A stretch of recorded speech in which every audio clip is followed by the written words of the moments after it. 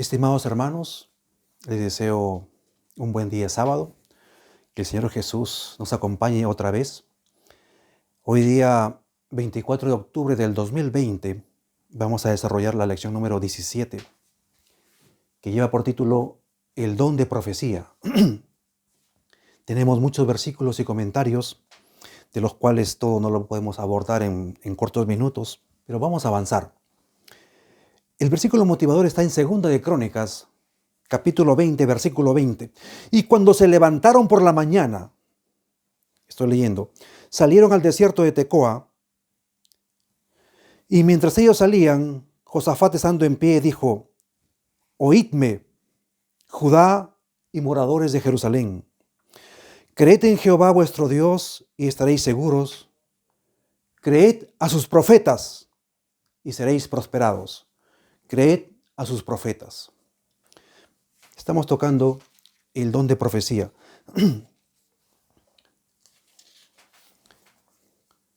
La pregunta 1 dice: ¿quién es un profeta según la Biblia? Hay varios versículos que no los voy a apuntar porque allí los tienen, sino los voy a mencionar y los voy a leer. En Éxodo, capítulo 7,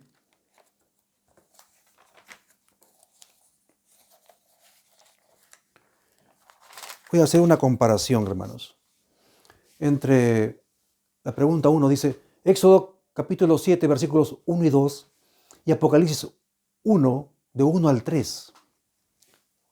Vamos a ver cómo Dios trabaja con el pueblo, con el mundo que necesita su amonestación, con el mundo que necesita saber del Evangelio. Dice así, Éxodo 7, de 1 al 2. Jehová dijo a Moisés: mira, yo te he constituido Dios para Faraón. Ese es un Dios con D minúscula, aparece en el versículo. Yo te he constituido Dios para Faraón. Y tu hermano Aarón será tu profeta.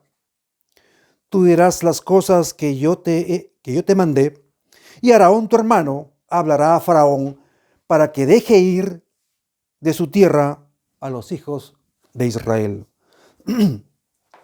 Rápidamente con con Apocalipsis capítulo 1, de 1 al 3. La revelación de Jesucristo que Dios dio para manifestar a sus siervos las cosas que han de suceder pronto, y las declaró enviándola por medio de su ángel a su siervo Juan, que ha dado testimonio de la palabra de Dios y del testimonio de Jesucristo y de todas las cosas que ha visto. Bienaventurado el que lee y los que oyen las palabras de esta profecía y guardan las cosas en ellos escritas. Dios aquí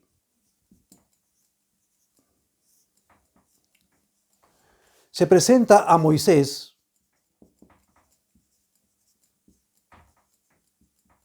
lo pone como un Dios con D minúscula, para que él le diga a Aarón y él a Faraón, ¿no? A Faraón. En Apocalipsis tiene un mismo esquema. Dios dice que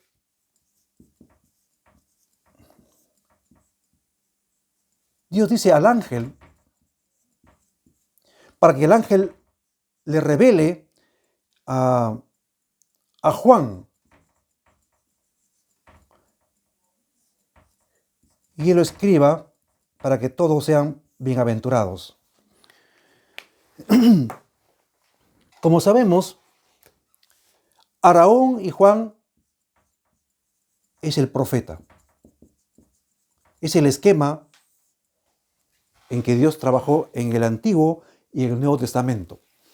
El ángel de Dios revela a Juan el profeta y escribe el Apocalipsis. De esta misma forma, Dios, el que es un D, con D minúscula dice, es el que habla directamente con Dios, era el mensajero directo de Dios, privado de Dios, vamos a decir, para que éste sea como profeta, dice el versículo, para, para que escuche Faraón el mandato de Dios. Entonces, el don de profeta, el don de profecía, viene del mismo Dios, de un mismo Dios, tanto en el Antiguo como en el Nuevo. En 1 Samuel 9:9,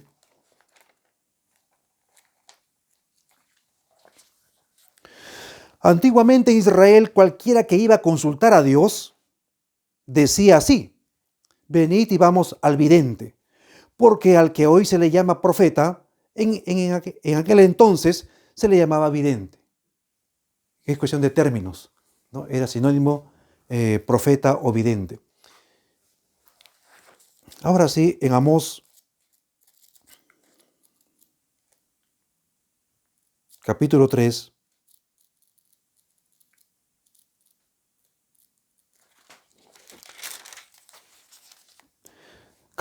versículo 2. A vosotros solamente he conocido de todas las familias de la tierra.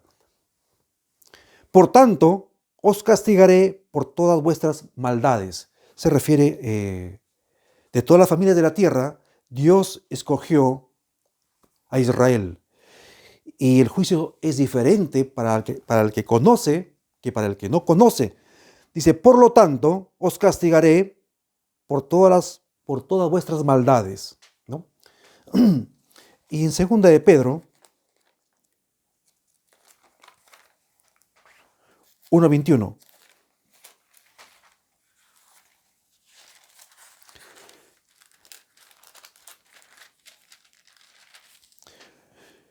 Porque nunca la profecía fue traída por voluntad humana, sino que los santos hombres de Dios hablaron siendo inspirados por el Espíritu Santo, ¿no?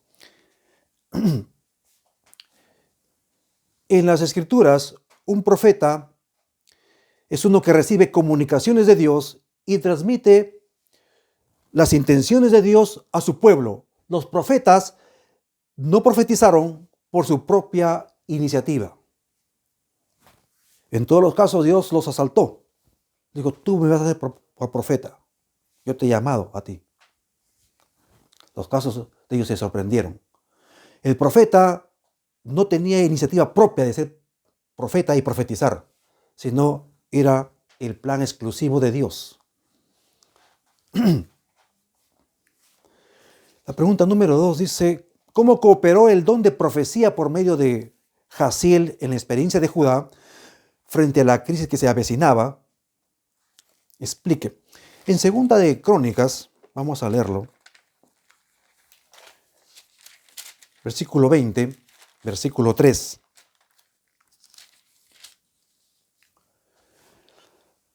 Entonces él tuvo temor y Josafat humilló su rostro para consultar a Jehová e hizo pregonar ayuno a todo Judá. Eran hombres que vivían con una vida espiritual muy consagrada para Dios. Eran hombres de ayuno y oración. Ahora del 13 al 15 del mismo capítulo. Y todo Judá estaba en pie delante de Jehová, con sus niños y sus mujeres y sus hijos. Y estaba allí Jaziel, hijo de Zacarías, hijo de Benanía, hijo de Geliel, hijo de Matanías, levita de los hijos de Asaf, sobre el cual vino el Espíritu de Jehová en medio de la reunión. Y dijo, oíd Judá, todo, y vosotros moradores de Jerusalén, y tú, rey Josafat, Jehová dice así, no temáis ni os amedrentéis delante de esta gran multitud, porque no es vuestra batalla, sino de Dios. Aquí está el tenor del mensaje del profeta, ¿no? Al rey, que era el general de la guerra, tuvo que decirle, no temáis, no temas, ni os amedrentéis delante de esta multitud enemiga, que es muy grande. Le dice, tuya no es la guerra, mantenente quieto y en paz, porque no es vuestra la guerra, sino de Dios.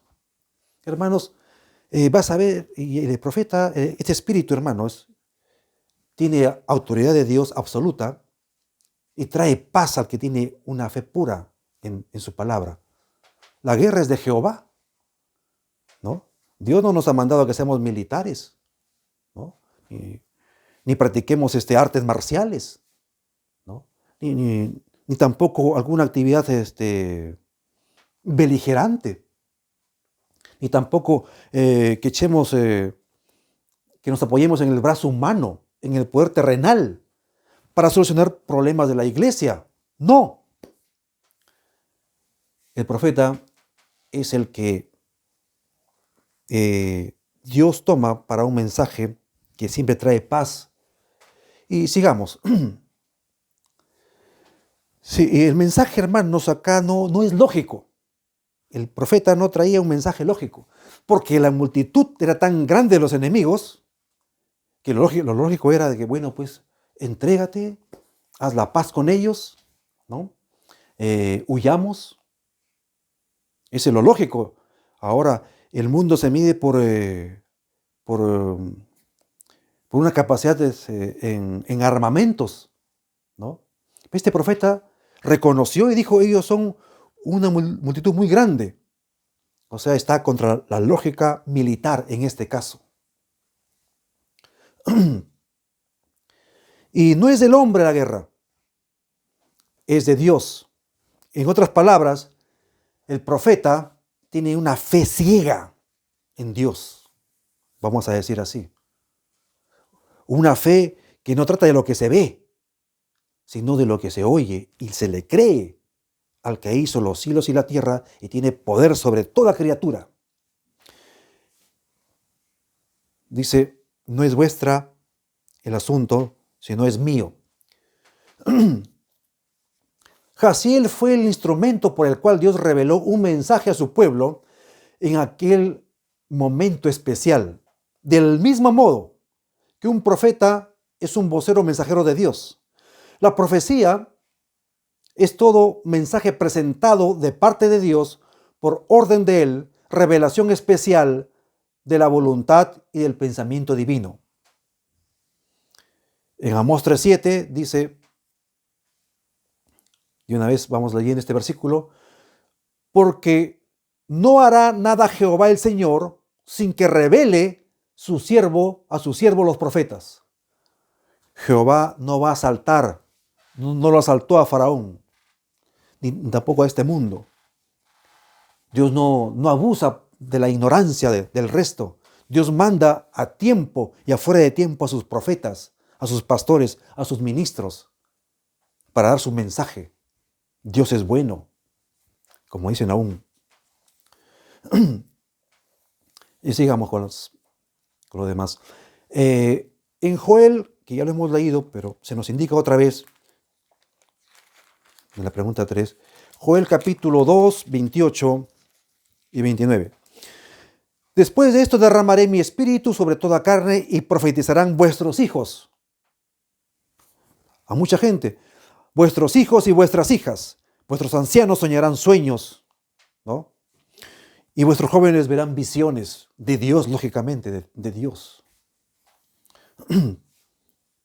Y también sobre los siervos y sobre las siervas derramaré mi espíritu en aquellos días. En aquellos días siempre, cuando haya circunstancias adversas a la iglesia o cuando se viva en relativa paz, Dios siempre manda a sus mensajeros. En Proverbios 29, 18. Sin profecía el pueblo se desenfrena, mas el que guarda la ley es bienaventurado. Como número uno, acá hay una relación entre la profecía y la ley, ¿no? Este proverbio que rima a las dos cosas le da una armonía como si que una cosa no funciona sin la otra. Dice, sin profecía el pueblo se desenfrena. Es como si dijese, el pueblo sin ley se desenfrena también. El que guarda la ley es bienaventurado. El que guarda al profeta, a las profecías, también es bienaventurado. ¿Acaso en el versículo 3 no dice, bienaventurado todo aquel que guarda y lee esta profecía, porque el tiempo está cerca? Esa es la bienaventuranza del Apocalipsis. El que lee, el que guarda las cosas escritas del Apocalipsis en su corazón y obedece según su palabra, a la palabra de Dios.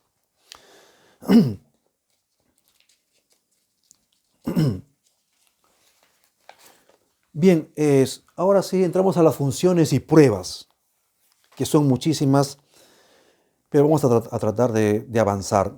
En Hechos capítulo 13, 3, 4. Entonces, habiendo ayunado y orado, ayuno y oración, les impusieron las manos y los despidieron. Ellos entonces, enviados por el Espíritu Santo, descendieron a Seleucia y de allí navegaron a Chipre. Entonces,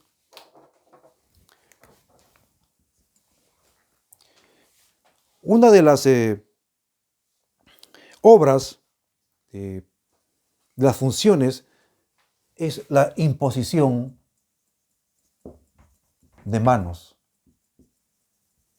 Hay más versículos. ¿Para qué? Para ser guiados por el Espíritu Santo. Las funciones del don profético. También vamos a leer en 16, de una vez, Hechos 16, del 6 al 10. Atravesando Frigia y la provincia de Galacia, les fue prohibido por el Espíritu Santo hablar la palabra en Asia. Y cuando llegaron a Misia e intentaron ir a Bitinia, por el Espíritu no se lo permitió. Y pasando junto a Misia, descendieron a Troas. Y se le mostró a Pablo una visión de noche. Un varón macedonio estaba en pie rogándole y diciendo, pasa a Macedonia y ayúdanos.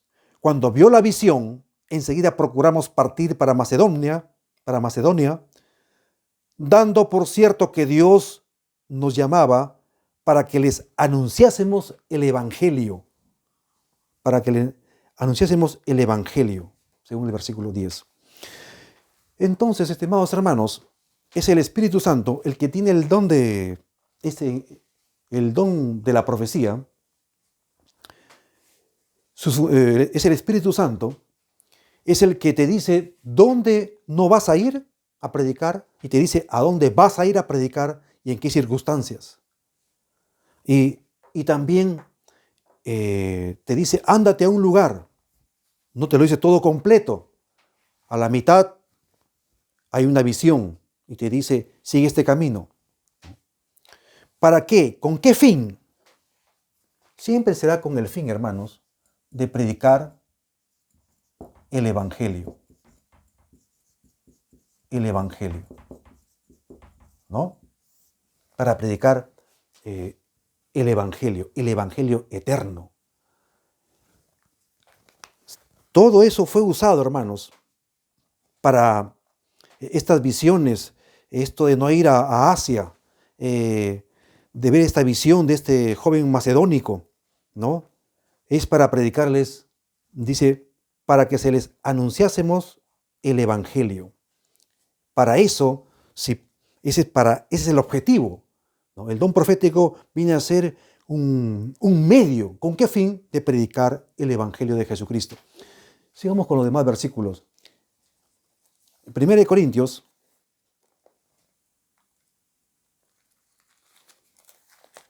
(14)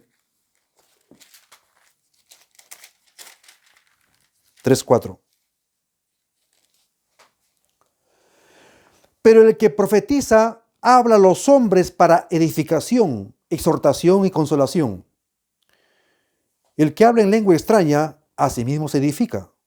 Pero el que profetiza, edifica a la iglesia, ¿no? El don de profecía es para edificación. Edifica a la iglesia, ¿no? Es como hay algunos que son, se creen profetas, hacen estudios extraordinarios y terminan pues edificándose solitos, ¿no?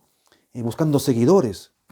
No hay profetas sin iglesia, hermanos, ¿no? Porque es para edificar a la iglesia. En Efesios, capítulo 4,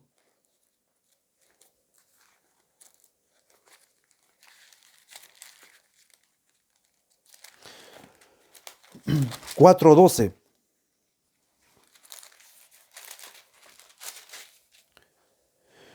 A fin de perfeccionar a los santos para la obra del ministerio.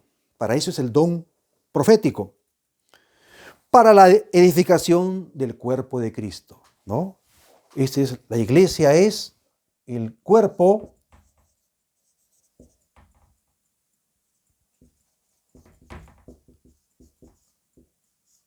de Cristo. Para eso Dios llamó a los profetas desde la antigüedad. El profeta decía: volveos, volveos a Jehová, arrepiéntanse, ¿no? Para mantener la unidad al pueblo, para que se cumplan las profecías mesiánicas, apuntando al Evangelio de Jesucristo. Así fue antes de la primera y así será antes de la segunda venida, como en esta época. El siguiente, Hechos 11.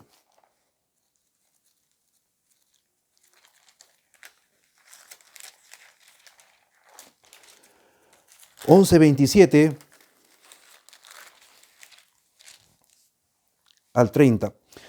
En aquellos días, unos profetas descendieron de Jerusalén a Antioquía, y levantándose uno de ellos, llamado Agabo, daba a entender por el Espíritu que vendrá una gran hambruna en la tierra habitada, la cual sucedió en el tiempo de Claudio. Entonces los discípulos, cada uno conforme a lo que tenía, determinaron enviar socorro a los hermanos que habitaban en Judea, lo cual en efecto hicieron, enviándolo a los ancianos por mano de Bernabé y de Saulo.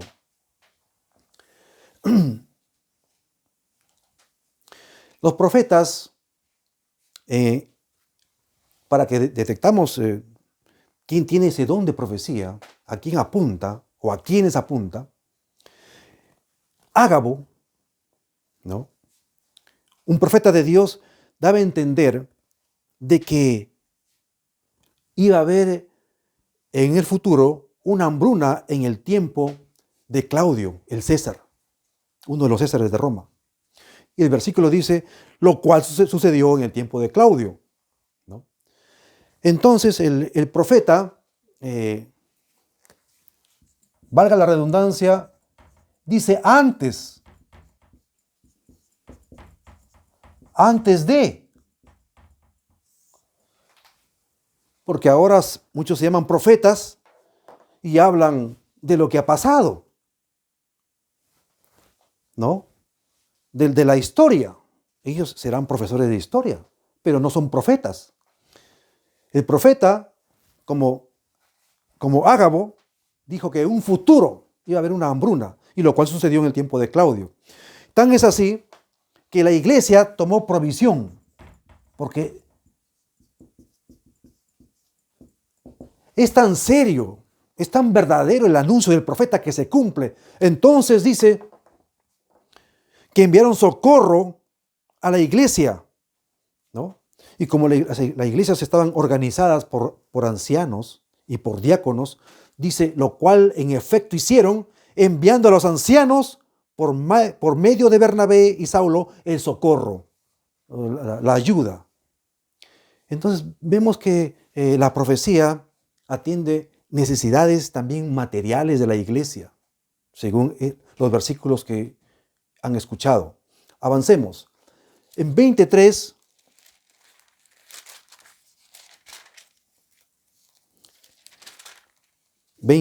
23.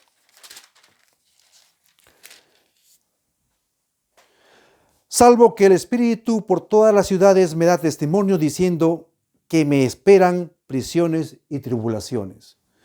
Es el Espíritu Santo que da, que de ahí parte el don de profecía, ¿no? Es de Dios. Y también avisa acerca de persecuciones, de prisiones. Eso le avisaba al apóstol Pablo, ¿no? Para tomar previsiones, para atender el socorro. En la voluntad de Dios, en la voluntad de Dios,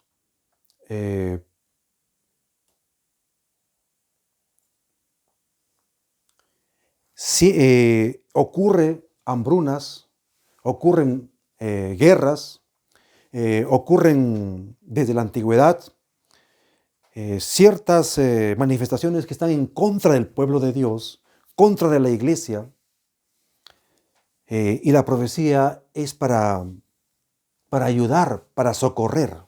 Tiene una función de beneficiar, ¿no? Y como la iglesia es organizada, se le mandaba a los ancianos y a los diáconos las provisiones. Acá lo llama el socorro. Sigamos con lo siguiente.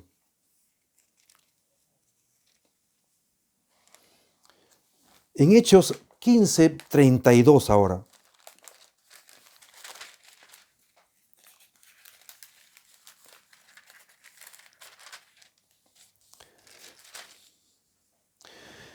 Y Judas y Silas, no es Judas Iscariote, sino el otro,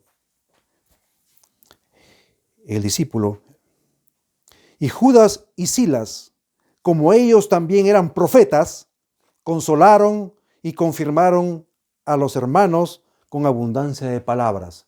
Es decir, el profeta trae consuelo a los hermanos, ¿no? Un profeta no te trae a que te mueras de los nervios. Un profeta no te trae para que te invite a que te suicides, ¿no? Un profeta no estimula la depresión de los hermanos o hermanas con su mensaje.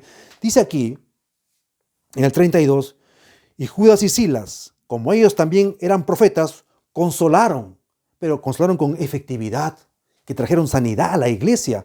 Consolaron y confirmaron a los hermanos, confirmaron en la fe en el Señor Jesucristo, a los hermanos con abundancia de palabras, ¿no? Con el mensaje del Evangelio. Así trajeron paz y sanidad los profetas, ¿no? Son profetas que nos gustaría invitarlos a nuestras casas, ¿no? Que nos consuelen, que sanen nuestro corazón y nos llenen de paz. Y no eso sobra, ¿no? Por eso que la iglesia no debe escuchar cualquier mensaje que se parezca al Evangelio, sino al verdadero Evangelio. Por eso que ustedes están invitados aquí para escuchar este mensaje exacto de la palabra de Dios. Ahora, antes de ir a los párrafos, voy a asegurar los versículos sobre las pruebas. Isaías 8:20, ya lo sabemos, mejor el otro. Dice pues Isaías 8:20, ¿no? Sin saltearnos. Dice, a la ley y al testimonio, porque el que no hablare conforme a ello es porque no les ha amanecido, ¿no? A la ley y al testimonio. En Juan 1:17.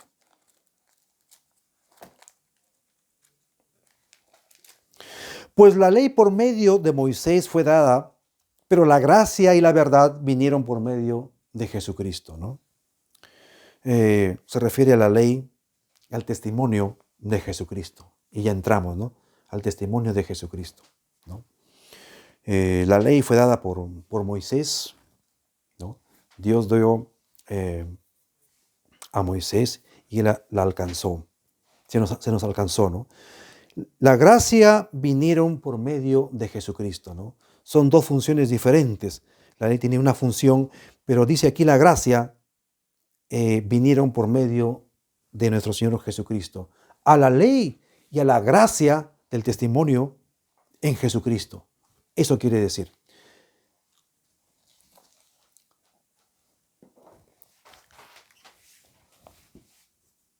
A la ley y al testimonio, ¿no? Deuteronomio 18:21.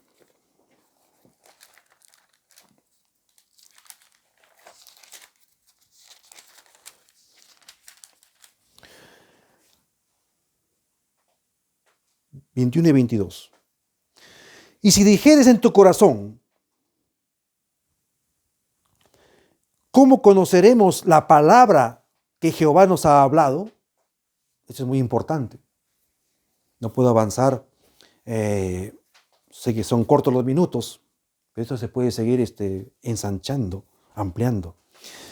Porque desde la antigüedad, hermanos, y ahora con tantos mensajes y con tanta confusión que hay en el mundo y también en las iglesias. El versículo dice desde la antigüedad, dice así: ¿cómo conoceremos la palabra que Jehová nos ha hablado? Si el profeta, el 22, si el profeta hablare en nombre de Jehová y no se cumpliere lo que dijo, ni aconteciere, es palabra que Jehová no ha hablado. Con presunción la habló el tal profeta, no tengas temor de él. ¿No? Aquella persona que en el nombre de Jehová viene, ¿no? Puede venir bien vestido, con su Biblia, ¿no? Pero te habla una palabra que no se cumple. Dice que habló con presunción, habló. No se lo reveló Jehová, a él no tengas temor de él.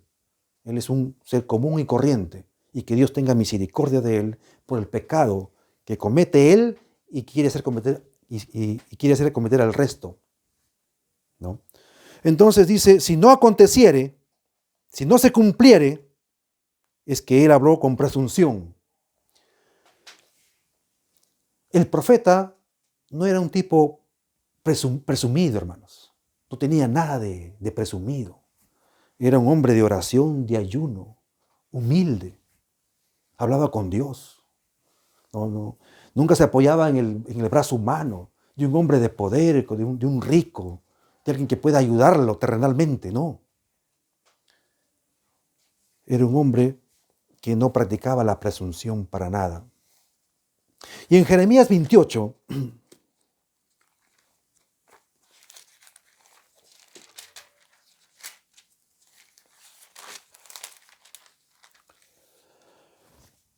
nueve, también dice así: el profeta que profetiza de paz, cuando se cumpla la palabra del profeta, será conocido como el profeta que Jehová en verdad envió.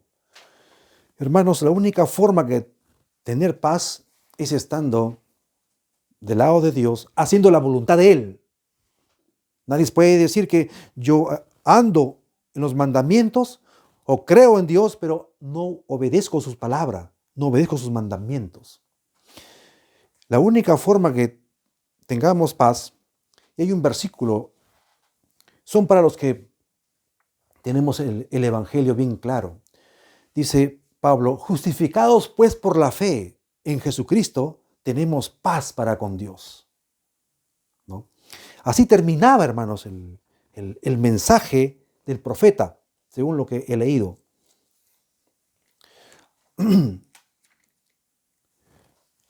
Entonces aquí tiene que cumplirse. Sí o sí. Si no, habló con presunción. En 1 de Juan, capítulo 4, versículos 2 y 3.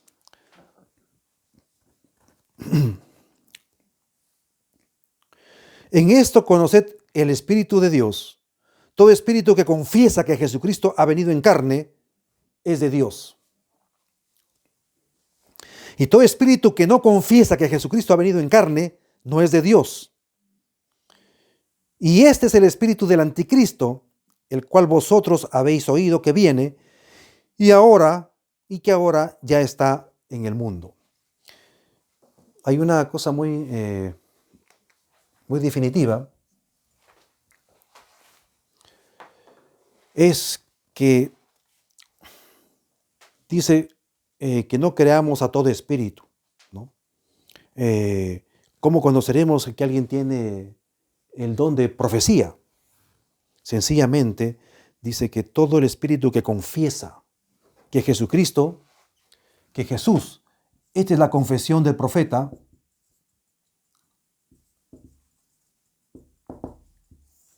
que Cristo vino en carne y hueso, vino en carne, es decir, en persona.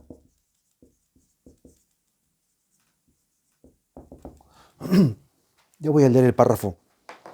Entonces, es así, hermanos. Es un mensajero cristocéntrico, porque ni bien se presenta a manera de saludo y de confesión. Tiene que confesar que Cristo vino en carne, ¿no? Que nació de la Virgen María, vivió para cumplir perfectamente la ley, murió en lugar de los transgresores de la ley y resucitó de entre los muertos y ahora está sentado a la diestra de nuestro Dios. Ya lo confesamos ya. Fue un hecho histórico, real, concreto, ¿no? Que sucedió hace cerca de 2000 años. Vino en persona, como en carne y hueso, para que me entiendan. La pregunta número 6. Con esto trataremos de avanzar lo más que podamos. Apocalipsis 12:17.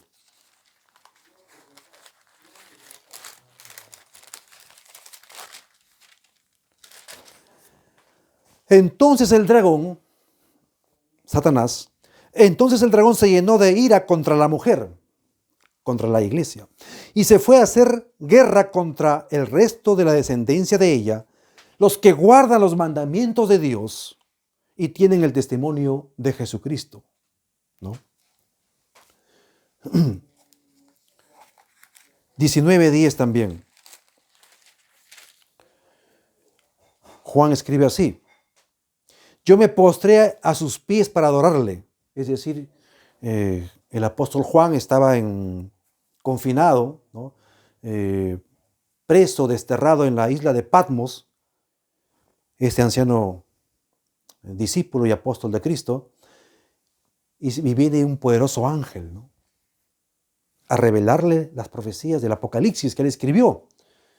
Y entonces, al mirar a este poderoso ángel, hermano, él se arrodilló a los pies. Pero el ángel no le permitió que cometa pecado el siervo de Dios. Porque nadie podemos adorar a ninguna criatura, por muy alto que elevada. Eso es prohibido. Eso se llama idolatría. Y Dios lo aborrece con toda su alma. Eso está escrito. Dice, yo me postré a sus pies para adorarle. Y él me dijo, mira, no lo hagas.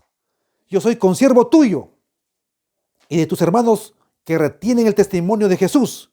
Adora a Dios, porque el testimonio de Jesús es el espíritu de la profecía. Hermanos, no podemos saltearnos de esta actitud de arrodillarse ante el poderoso ángel, ¿no? Que lo estaba revelando, ¿no? Era el mensajero de Dios. Y él pues atinó a adorarlo, pero él lo levantó. Dijo, no lo hagas, le dijo. Para que veas, hermano, que lo que está escrito en la ley, que dice, él es fuerte y celoso, que no dará por inocente al transgresor. Un día ya hablamos sobre la idolatría, ¿no? Sigamos con el siguiente versículo, 22:9 también. Más adelante, otra vez. Yo, Juan, Apocalipsis 22:8-9. Yo, Juan, el que oyó y vio estas cosas. Y después, estoy leyendo Apocalipsis 22:8-9. Yo, Juan, soy el que oyó y vio estas cosas, y después que las hube oído y visto, me postré para adorar a los pies del ángel que me mostraba estas cosas.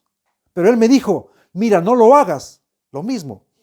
Yo soy consiervo tuyo, de tus hermanos los profetas, y de los que guardan la palabra de este libro, adora a Dios, ¿no? Entonces, hermanos, si tú reconoces a que alguien tiene el don de profecía, mucho más es aquel que solamente puede adorar a Dios y a su Hijo Jesucristo. Dios también, Hijo